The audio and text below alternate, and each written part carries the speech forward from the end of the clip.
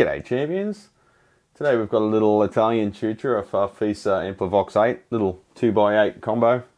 This one was brought in by a customer who contacted me online and just asked a simple question: how much to replace a cord? That's always such a loaded question, and it sort of puts you in a position where you sound like a little bit of a car salesman if you try and sell more than that. But I suggested, okay, well, here's the price to replace the cord because it's got a European plug on it, just a 2-prong, no earth.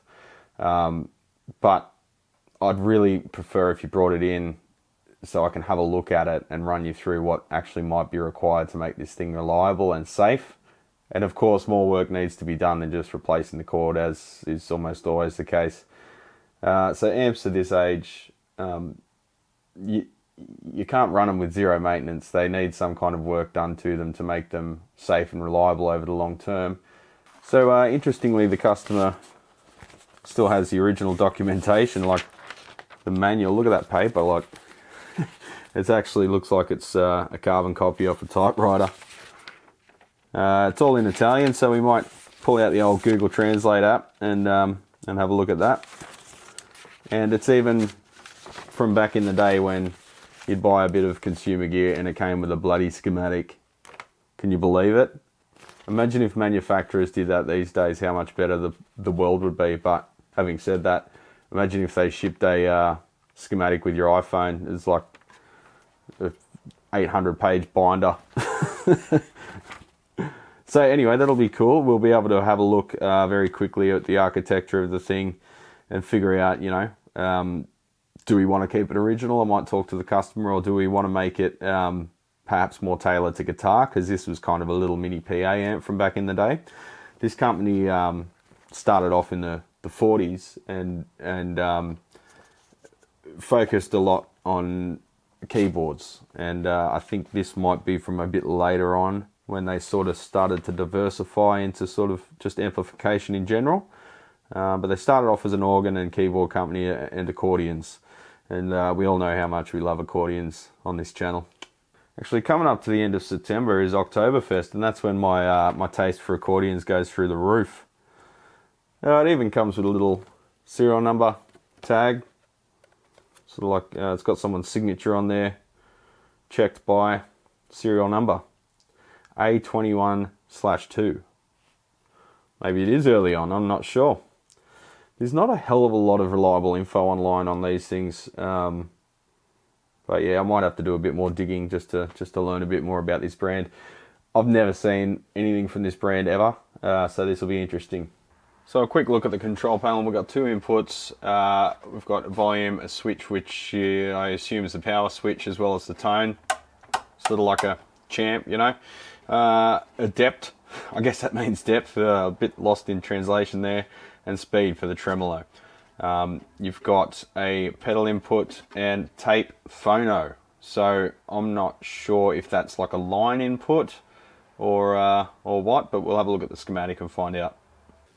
Alright champions, let's take off the back cover and have a look inside and see what horrors or joys await us. You never want to use a drill on flathead screws. It'll just go walking across the Tolex, leaving a little trail of destruction on its path. Alright, so pretty dirty and dusty. Sorry, it is dickhead o'clock out there today. Someone keeps doing burnouts around the block. It's very distracting. Very Australian too though. So just looking at the valve lineup, we've got a EZ81. Sorry, I'm talking to too many Yanks. We've got a Mini Watt EL84 Philips. No real signs of overheating, so that's good. We've got a EBC91. We have our good old ECC83 12AX7 in V1. We've got a pair of cute little Alnico drivers down here. Quite a healthy dose of dust there, but we'll give it a good vacuum. Here's the plug-in question that we thought that was the only thing we were doing. You can just see how unsafe these things are. Literally unplugging it, you'd be able to easily touch those pins while it's still connected. And we've got a cute little Dymo label here. Remember those little gun things with the wheel on top? That's got the same serial number that was on that tag. Made in Italy.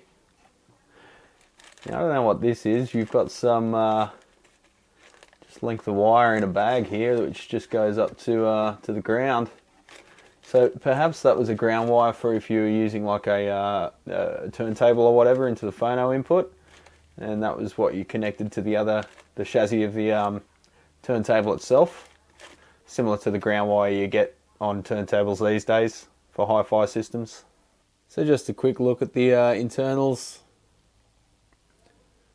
It's got those old carbon comp resistors that you see in a lot of vintage stuff. It's got one radial cap there that's been replaced at some point, but that appears to be the only capacitor that's been replaced.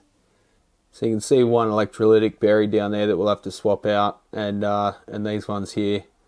They've got a strange sort of tape type lead on them, not wire, and that's just soldered directly to the chassis there in sort of point-to-point construction.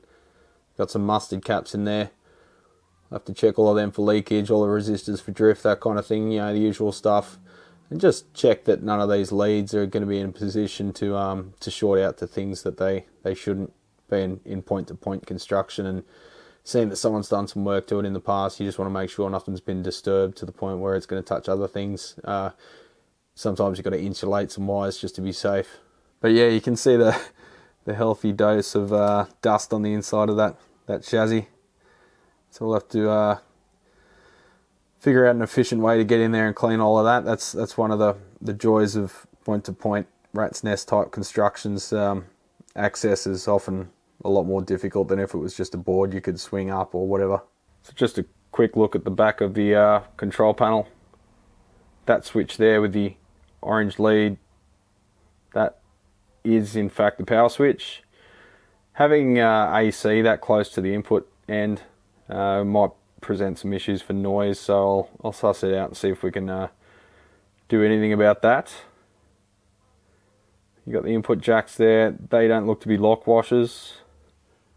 I think they're just flat washers, so it's probably not biting into the chassis there, but those pots have lock washers, so it's a bit strange that they've decided to not use them on the input jacks. So you can see down there the pilot light's got two tiny little wires, wispy things almost touching each other, and it would be very easy to accidentally make them touch each other if you're messing about in that area. So probably should insulate them, but I've got a feeling they'll break as soon as we touch them, but I'll have to do something about that.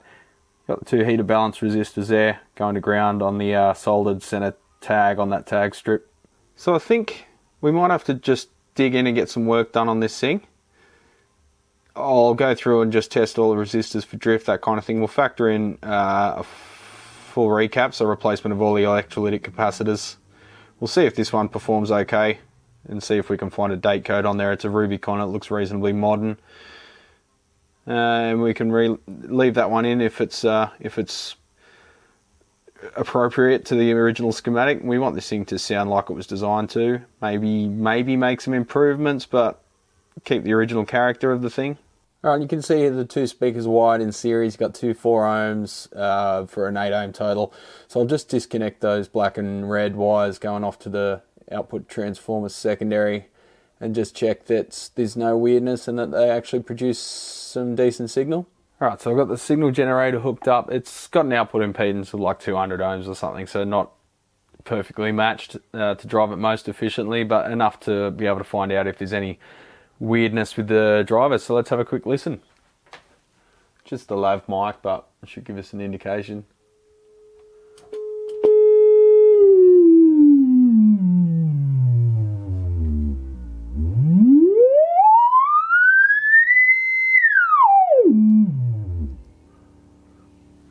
So we're driving it with a very low frequency sine wave there, and there's no weird rattles or buzzes or anything. So I think we're good on the speakers, and they've got surprisingly open low end response, so they should sound pretty good for such a little choocher.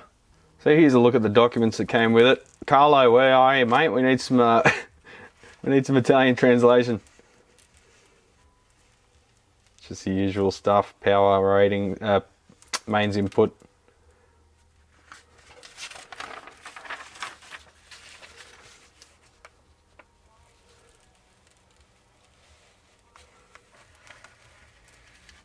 Tremolo. There you go. What else we got? Jeez, 3 pages. I'll tell you how to use it and everything.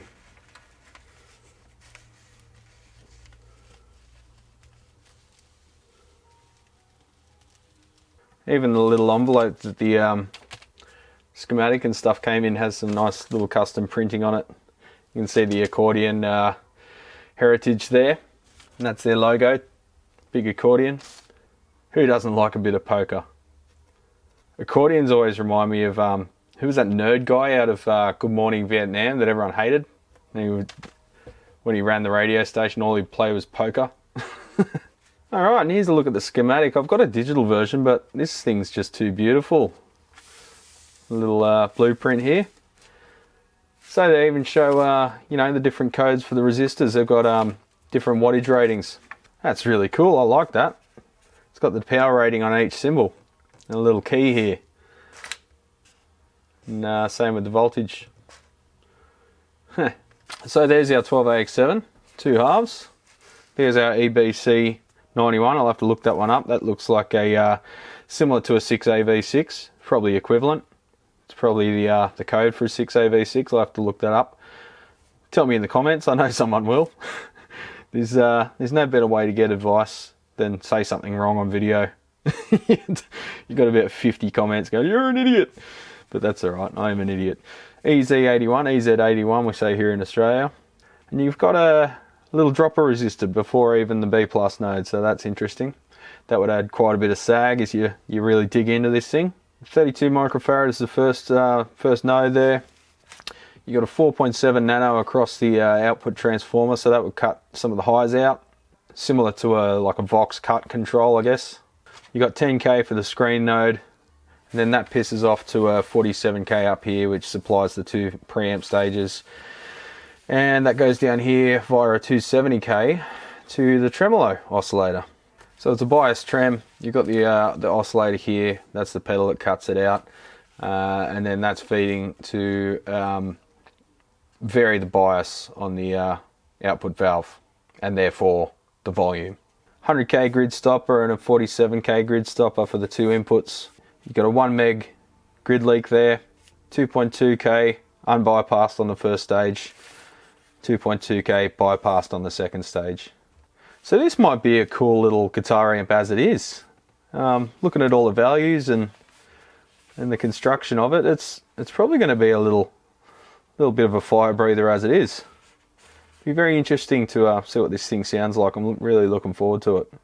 So I'll leave it there for this episode, legends. Catch us on the next one when I'll do a bit of the work and then finish it off and show you what it sounds like. It should be fun. These little weird amps seem to be more fun than, you know, the big pro ones to me. I like the little odd weirdos from every corner of the planet. So stay tuned. I'll see you on that one, legends.